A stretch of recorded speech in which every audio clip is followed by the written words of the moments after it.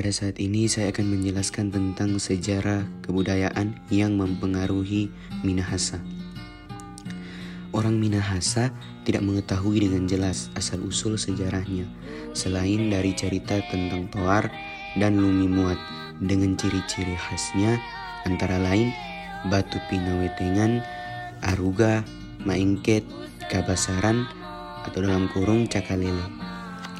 Menurut Hapang, di dalam karangannya Ancient Art of the Minahasa mengatakan bahwa Minahasa dalam waktu yang relatif singkat telah dengan mudah menerima kebudayaan luar, terutama dari orang barat.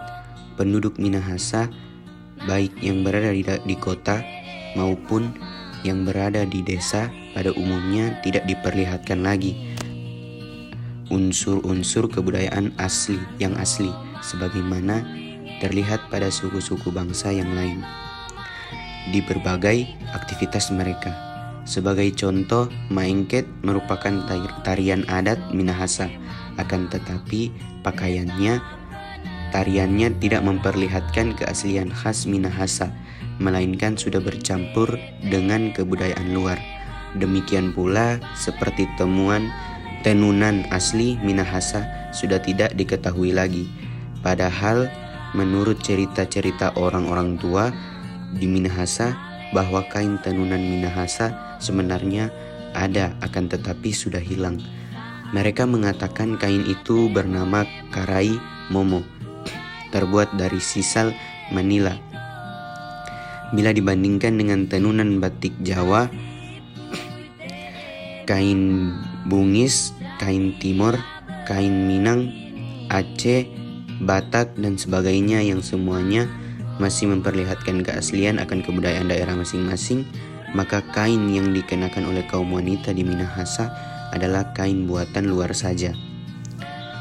Pada abad 16, orang Spanyol menduduki Minahasa. Orang Minahasa menyebut mereka itu orang Tasikela disebabkan mereka itu datang dari Mindanao, Filipina, dari daerah Castilian. Orang Spanyol nanti keluar dari Minahasa ketika terjadi peperangan dengan Belanda pada tahun 1660 dengan kekalahan orang Spanyol di Minahasa hampir 100 tahun, sehingga banyak unsur-unsur kebudayaan mereka hingga kini masih tampak pada penduduk Minahasa, antara lain bahasa Melayu Manado, banyak terdapat bahasa Spanyol, Nyora, Kawayo.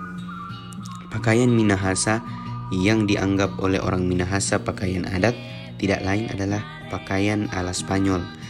Lihat patung kurengkeng dan saraun di Tondano dan sebagainya.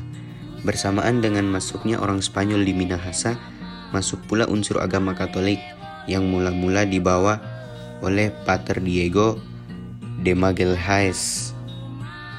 Kemudian tahun 1617 datang pula Pastor C. Pinto menyebarkan agama tersebut ke daerah-daerah Tanawangko yang diikuti oleh Pastor Clas Polamino dan Pipoega. 1619 mengadakan penginjilan di Manado, Kali, Kakaskasen, Tomohon, Saroinsong, Tondano, dan Kema. Pada tahun 1675, seorang pendeta Belanda bernama Montanus dari Protestan mengadakan penginjilan di Minahasa. Pada tahun 1831, dua orang pendeta yang bernama J.G. Swartz dan J.C. Riddle mengadakan penginjilan di Minahasa. Mereka itu adalah anggota-anggota dari NZG. Pengaruh kedua sekte agama tersebut di atas, yaitu Katolik dan Protestan, terhadap penduduk Minahasa sangat kuat, sehingga tampak pada masa sekarang ini.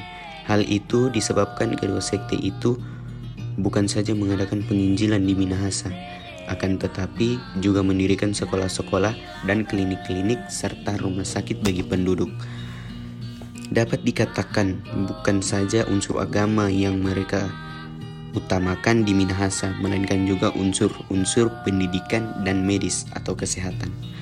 Selain daripada itu, dengan berkuasaannya Belanda di Minahasa yang juga membawa unsur-unsur kebudayaan lain bagi penduduk Minahasa, antara lain bahasa, cara-cara berpakaian, sistem pemerintahan, sistem pengetahuan, peralatan, pengangkutan, dan sebagainya, tampak berpengaruh pula di dalam pergaulan hidup orang Minahasa sekarang. Demikian pula penjelasan saya tentang sejarah ringkas kebudayaan yang pernah mempengaruhi Minahasa. Sekian, terima kasih.